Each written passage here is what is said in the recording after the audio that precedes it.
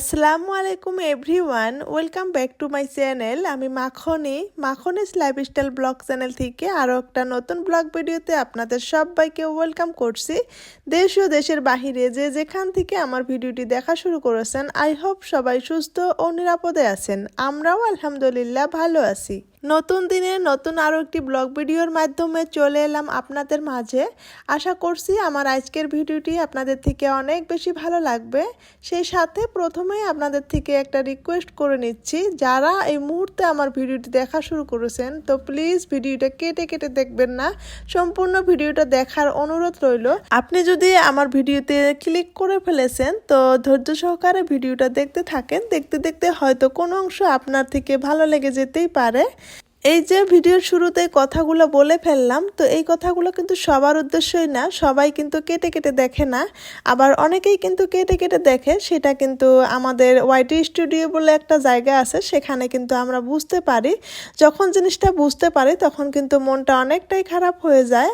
আর আপনি যদি content creator হয়ে থাকেন, আপনি তো অবশ্যই জানেন যে কারো ভিডিও কেটে কেটে দেখলে কতটাই ক্ষতিকর, নিজের জন্য ক্ষতিকর, অন্যের জন্য ক্ষতিকর। সেই কারণে আমি বিশ্বাস রাখি কোনো কন্টেন্ট ক্রিয়েটরই হয়তো বা কেটে কেটে ভিডিও দেখে না। আর যদি আপনি সাধারণ দর্শক হয়ে থাকেন, তাহলে হয়তো আপনি জানেন না যে ভিডিও একটা কেটে কেটে দেখলে তো কন্টেন্ট ক্রিয়েটরের কতটা ক্ষতি হয়ে যায়। আসলে যারা জানে না তাদের উদ্দেশ্যেই কিন্তু আমার কথাগুলো বলা। তো সবাই কিন্তু নেগেটিভলি নেবেন না, আর ক্ষমা সুন্দর দৃষ্টিতে দেখবেন। আপনি যদি সাধারণ দর্শক হয়ে ভালোবেসে আমার ভিডিওটি দেখা শুরু করেছেন, তাহলে সম্পূর্ণ ভিডিওটি দেখবেন। দেখতে দেখতে হয়তো আপনার কোনো অংশ ভালো লেগে যেতেই পারে, অথবা ভিডিওটা দেখতে দেখতে আপনার একটু হলেও উপকারে আসতে পারে। ভিডিওর শুরুতেই অনেক কথাই বলে ফেললাম, এখন ভিডিও রিলেটেড কথা বলি। আজকের ভিডিওটি স্টার্ট করেছি আমার যে বারান্দার গাছগুলো আছে, তো সেই গাছগুলোতে পানি দেওয়া থেকে। তো পানি তো প্রায় প্রতিদিনে দেওয়া হয়, কিন্তু ওইভাবে তো আর প্রতিদিন শেয়ার করা হয় না। আসলে আমি যেদিন যেদিন পানি দেই ওই দিনই আমি বারান্দাটা মুছে ফেলি, তা না হলে গাছগুলোতে পানি দিতে বারান্দাতে পানি পড়ে একদম বারান্দাটা নোংরা হয়ে যায়।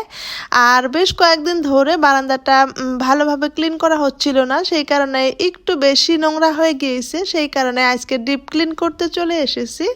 তো বারান্দার গাছগুলোতে একটু ভালোভাবে পানি দিয়ে নিলাম। তো পানি দেওয়ার পর এখন আমি বারান্দাটা ডিপ ক্লিন করে নিচ্ছি।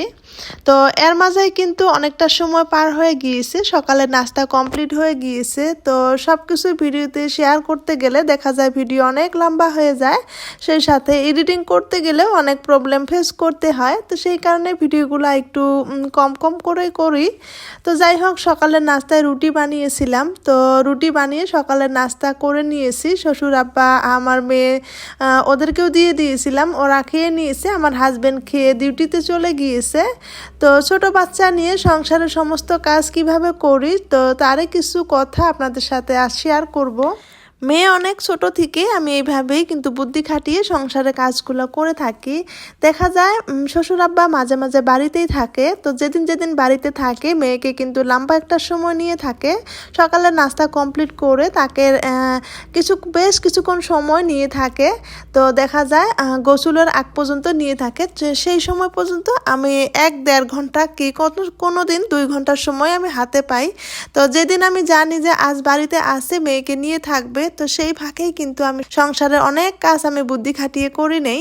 যেমন এই যে ঘর মোছা, এটা কিন্তু একটা অনেক বড় কাজ। ঘর মুছতে মুছতে অনেকটাই সময় লাগে, যেহেতু আমাদের রুমগুলো অনেক বড় বড়। তো সেই কারণে বুদ্ধি খাটিয়ে কিছু কাজ অফ ক্যামেরায় করি, কিছু কাজ অন ক্যামেরায় করি। তো অফ ক্যামেরায় সকালে নাস্তা করে নিয়ে সমস্ত রুমগুলো কিন্তু ঝাড়ু দিয়ে নিয়েছি। শুধু ঝাড়ু দেওয়া নয়, ঝাড়ু দেওয়ার সাথে সাথে কিন্তু অনেক কিছু ক্লিন করার থাকে। তো সব কিছু ঝটপট ক্লিন করে নিয়ে ঝাড়ু দিয়ে নিয়ে তারপর ক্যামেরাটা অন করেছি। প্রতিদিন যদিও ডিপ ক্লিনিং এর কাজ না করি, ছোট বাচ্চা নিয়ে সংসারের যে রেগুলার কাজগুলো আছে, তো সেই কাজগুলো করতেও কিন্তু অনেক কষ্ট হয়। তো মেয়ে অনেক ছোট থেকেই কিন্তু এইভাবে কাজগুলো বুদ্ধি খাটিয়ে খাটিয়ে করে থাকি। দেখা যায় রেগুলার কাজগুলো করতে করতেই কিন্তু বাচ্চা নিয়ে সামলাতে অনেকটাই কষ্ট হয়। তো সেই কারণে শ্বশুর আব্বা যেদিন যেদিন বাসায় থাকে, মেয়েকে নিয়ে থাকে, অথবা আমার হাজব্যান্ড কোনো দিন করে বাসায় থাকে। তো সেই হিসাবেই কিন্তু আমি সংসারে সংসারের এই যে বাড়তি কাজগুলো করে থাকি। যেহেতু একা হাতেই কাজগুলো করি, কিন্তু ঘর মোছার কাজটা প্রতিদিন করতে পারি না, একদিন অথবা 2 দিন পর পর আমি কাজগুলো করে থাকি। একটা সংসারে যে কত ধরনের কাজ থাকে, যারা গুছিয়ে কাজ করেন অথবা যারা পরিপাটি থাকতে পছন্দ করেন তারাই অবশ্য জানেন। এই যে ভিডিওর মাধ্যমে কাজগুলো আমরা যতটা দ্রুত দেখাই, কাজগুলো যদি অতটা দ্রুত হয়ে যেত তাহলে তো কতটাই আরাম হতো। সকালের নাস্তা কমপ্লিট করার পর গতকালকার যে আধা ভিজা কাপড়গুলো ছিল, তো সমস্ত কাপড়গুলোই কিন্তু আমি রোদ্রুতে বাহির করে দিয়েছি। ব্ল্যাঙ্কেটগুলোও কিন্তু রোদ্রুতে গরম হতে দিয়েছি। তো যাই হোক, একা হাতে কাজ করলে কিন্তু অনেক দৌড়াদৌড়ি করে অনেক কিছু করতে হয়। যেহেতু মেয়েকে নিয়ে শ্বশুর আব্বা বাইরে বেরিয়ে গেছে, সেই ফাঁকেই আমি কিছু কাজ করে নেওয়ার চেষ্টা করছি। মেয়েকে নিয়ে কাজ করতে কিন্তু অনেকটাই কষ্ট হয়। বাঁধন আপু মাঝে মাঝে বলে যে আমার এক মেয়ে মনে হয় 3 বাচ্চার সমান দুষ্টামি করে। আমার মেয়েও কিন্তু তার ব্যতিক্রম না, আমার এক মেয়ে মনে হয় 3 বাচ্চার সমান দুষ্টামি করে। তো যাই হোক, তারপরেও কিন্তু তাকে নিয়ে অনেক সময় অনেক কিছু করতে হয়। আসলে মনে হয় এখনকার বাচ্চাগুলো এরকম অনেক বেশি স্মার্ট, তাদের সঙ্গে আমরা পারি না, তাদের সঙ্গেই একজন করে মানুষ কন্টিনিউ থাকতে হয় তাদেরকে দেখাশোনা করার জন্য। তারপর চলে এলাম শ্বশুর আব্বার রুমে। শ্বশুর আব্বার রুমটা এখন মুছে নিচ্ছি। আমি রুমটা কিন্তু ভালোভাবে ডিপ ক্লিন করে নিয়েছি, সব ফার্নিচারগুলো টেনে টেনে ভালোভাবে ঝাড়ু দিয়ে নিয়েছি। বললাম না যে অফ ক্যামেরায় অনেক কিছু কাজ দৌড়াদৌড়ি করে নিয়েছি। ক্যামেরা অন করে কাজ করতে কিন্তু অনেকটাই সময় লাগে। যেহেতু কিছুক্ষণ সময়ের জন্য মেয়েকে নিয়ে শ্বশুর আব্বা বাহিরে গিয়েছে, সেই সময়ের মধ্যেই আমার এগুলো কাজ এগোতে হবে। আবারও কিন্তু দুপুরে রান্না পড়ে আছে, এদিকে কাজগুলো করছি। আর আমার মনের মধ্যে কিন্তু ভয় লাগছে কখন যেন চলে আসে। তো যাই হোক, সেই ভয় ভাব নিয়েই কিন্তু কাজগুলো করেছিলাম। আবারও অনেকটাই সাহস নিয়ে কিন্তু ক্যামেরাও অন করেছিলাম। তো যাই হোক, আমার আপুদের সাথে অনেক কিছু গল্প করলাম। আমার আপুরা, আমার আন্টিরা হয়তো জিজ্ঞাসা করতে পারেন যে আপু তুমি হেল্পিং হ্যান্ড কেন রাখো না। অবশ্যই এটা একটা জিজ্ঞাসা করার একটা কমন প্রশ্ন। তো একটা হেল্পিং হ্যান্ড তো রাখতেই পারি, তবে কেন রাখি না।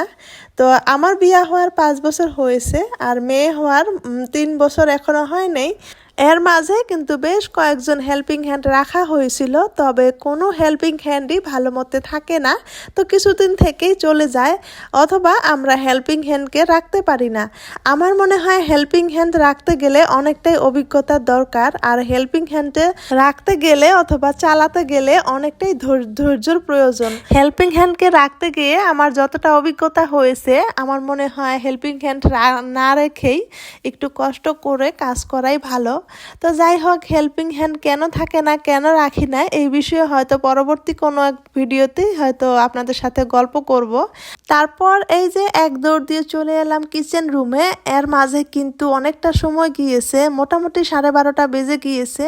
আর এখন কিন্তু আজানও দিয়ে দিয়েছে। শ্বশুর আব্বা কিন্তু নামাজ পড়েই ভাত খেয়ে নেবে। তো যাই হোক, খুব দৌড়াদৌড়ি করেই কিন্তু কিচেন রুমে চলে এসেছি। এর মাঝে আমি সব রুমগুলো মুছে নিয়ে, তারপরে শ্বশুর শাশুড়ির রুমগুলো মুছে নিয়ে আমাদের রুমে কিন্তু দৌড় দিয়ে চলে গিয়েছিলাম। আবার আমাদের রুমগুলো কিন্তু ঝাড় দিয়ে নিয়েছি, আজ আর মুছি নেই। তো ওদিকেও কিন্তু 3টা রুম আছে, ওই রুম 3টাও কিন্তু ভালোভাবে ক্লিন করে নিয়ে তারপর আমি রান্নাঘরে চলে এসেছি। এর মাঝে কিন্তু মেয়েকে নিয়ে শ্বশুর আব্বা চলে এসেছে। শ্বশুর আব্বা গোসল করতেছে, সেই সাথে মেয়ে কিন্তু আমার সাথেই আছে। এখন ওকে সাথে নিয়ে আমি কিন্তু দুপুরে রান্নাটা করে নিচ্ছি। আর গতকালকার রাতের কিন্তু মুরগির মাংস রান্না ছিল, এখন খালি বেগুন পাট ভাজি করে নিব। সেই কারণেই কিন্তু একটু টেনশনটা কম ছিল, যার কারণে একটু বেশি করে বাড়তি কাজ করতে পারলাম। তো মুরগির মাংস গরম দিয়ে দিয়েছি, আর আমি এদিকে বেগুন ভাজি করে নিচ্ছি। তো অফ ক্যামেরায় তো বেগুনগুলো কেটে নিয়ে তারপর সব ধরনের মশলা একটু করে দিয়ে আর কি মাখিয়ে নিয়েছি। তো যাই হোক, যদিও মনের মধ্যে ভেবে নিয়েছি যে হেল্পিং হ্যান্ড ছাড়া একা হাতেই সব কাজগুলো করব, বা একা হাতে কাজ করতে স্বাচ্ছন্দ্য বোধ করি, কিন্তু দেখা যায় যে প্রত্যেকটা দিন কাজ করতে করতেই চলে যায়, নিজের জন্য একটুও সময় বাহির করতে পারি না। তখন মনে হয় যে এভাবে যদি প্রতিটা দিন বার করে দেই, কোন দিন নিজের জন্য একটু সময় বাহির করব, কোন দিন নামাজ পড়ব ঠিক মতে, এই ধরনের কথাগুলো কিন্তু মনের মধ্যে প্রশ্ন আসে। মাঝে মাঝে কিন্তু নিজের যে শরীরটাও খারাপ হয়ে যায়। তো যাই হোক, অনেক কিছু গল্প করলাম আপনাদের সাথে। প্লিজ আপনারা ক্ষমা সুন্দর দৃষ্টিতে দেখবেন, কেউ নেগেটিভলি নেবেন না। আর এদিকে মেয়ে কিন্তু গোসল করার জন্য রেডি হয়ে গিয়েছে। সে বারবার বলতেছে যে আমি গোসল করব, আর নিজে নিজে কাপড় খুলতেছে। তো যাই হোক, তাকেও কিন্তু একটু দেখিয়ে দিলাম। ডাইনিং টেবিলের উপরে মেয়েকে বসিয়ে রেখেছি, এখানে সে খেলা করতেছে, আর অন্যদিকে কিন্তু আমি রান্নাটাও করে নিচ্ছি। তো যে বা যারা আমাকে ভালোবেসে আমার ভিডিওটা দেখতে দেখতে এই পর্যন্ত এসেছেন, একটা লাইক দিতে ভুলে গিয়েছেন, তো প্লিজ একটা লাইক দিয়ে ভিডিওটি কন্টিনিউ করবেন। আর যদি আমার চ্যানেলে আজ আপনি নতুন হয়ে থাকেন, আপনি চাইলে আমার চ্যানেলটাকে সাবস্ক্রাইব করে নিয়ে আপনার পাশেই রাখতে পারেন।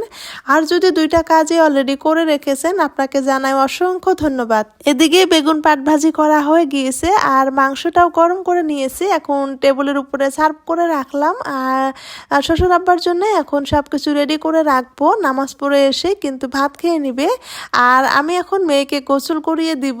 আর সেই সাথে আরও কিছু কাজ আছে, ওগুলো করে নিব। দেখা যায় আমি 2 দিন 3 দিন পর পর ভিডিও আপলোড করি, সেই কারণে একটু বড় ভিডিও দেওয়ার চেষ্টা করি। তো যাই হোক, আমার এই 13 মিনিটের একটা ভিডিও যারা ধৈর্য সহকারে দেখে এসেছেন তাদেরকে অসংখ্য ধন্যবাদ জানাই। ইদানিং ভাবছি যে এত বড় বড় ভিডিও না দিয়ে, আমার আপুদের আন্টিদেরকে কষ্ট না দিয়ে একদিন পর পর ভিডিও দিব, ভিডিওগুলো একটু ছোট ছোট ভিডিও দিব। তো সেটাই চিন্তাধারা এখন মাথায় নিচ্ছি। তো দেখা যাক কতটুকু কি পারি, সময়ের সাথে তো কোনো মতে পেরে উঠতে পারি না। তো যাই হোক, এই যে সকালে রুটি বানিয়েছিলাম, রুটি বানানোর পিড়াটা ভালোভাবে ধুয়ে রৌদ্রতে দিয়েছিলাম। তারপর এই যে নিয়ে আসে এখন রুমে রেখে দিলাম। তারপর চলে এলাম এই যে আরও একটা বাড়তি কাজ করার জন্য। এই কিচেন র্যাকটা অনেকটাই নোংরা হয়েছে, যেহেতু নর্মালি সবসময় ক্লিন করে রাখা হয়, ওখানেই মুছে মুছে রাখা হয়, তারপরেও দেখা যায় পানি পড়ে পড়ে মামড় ধরে গিয়েছে। আর এই র্যাকটা আমি 4 বছর আগে এনেছিলাম, এনে আমি মোটামুটিভাবে একটা খিড়কির সাথে আমি বেঁধে রেখেছিলাম। তো ওইভাবেই 4টা বছর চলে গিয়েছে। আমি ভেবেছিলাম যে এভাবে বেঁধে রাখলাম কয়দিন আর থাকবে, তো কয়দিন পর মিস্ত্রি ডেকে নিয়ে এসে ভালোভাবে লাগিয়ে নিব। তারপর পরবর্তীতে দেখা গিয়েছে ওইভাবেই আর কি অনেকটা দিন পার হয়ে গেল, কোনো প্রবলেম ফেস করি নাই। তো সেই কারণে ওভাবেই ছিল। তো এখন আবার খুলে নিয়ে এসে ভালো করে পরিষ্কার করে নিচ্ছি। পরবর্তীতে কিন্তু আমার হাজব্যান্ড এবং আমি দুইজনে মিলেই র্যাকটা লাগিয়ে নিয়েছিলাম। তো যাই হোক, পরবর্তী ভিডিওতে শেয়ার করার চেষ্টা করব। আর র্যাকটা যখন পরিষ্কার করছি, তো পরিষ্কার করার পর এতটা চিকচিকা হয়েছিল, দেখে যে এতটা ভালো লেগেছিল কি বলবো আর। তো চিকচিকা করে নিয়ে রৌদ্রতে আর কি শুকিয়ে দিয়েছিলাম, পরবর্তীতে আর কি লাগিয়ে নিয়েছি।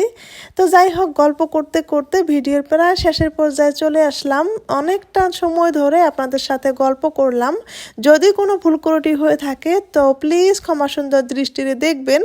আর নতুন আরেকটি ভিডিওর আমন্ত্রণ জানাচ্ছি। নতুন আরেকটি ভিডিওর আমন্ত্রণ জানিয়ে আমার আজকের ভিডিওটি এখান থেকে শেষ করছি। আপনাদের জন্য রইল অনেক অনেক দোয়া এবং ভালোবাসা। আমাদের জন্য দোয়া করবেন। আল্লাহ হাফিজ। আসসালামু আলাইকুম।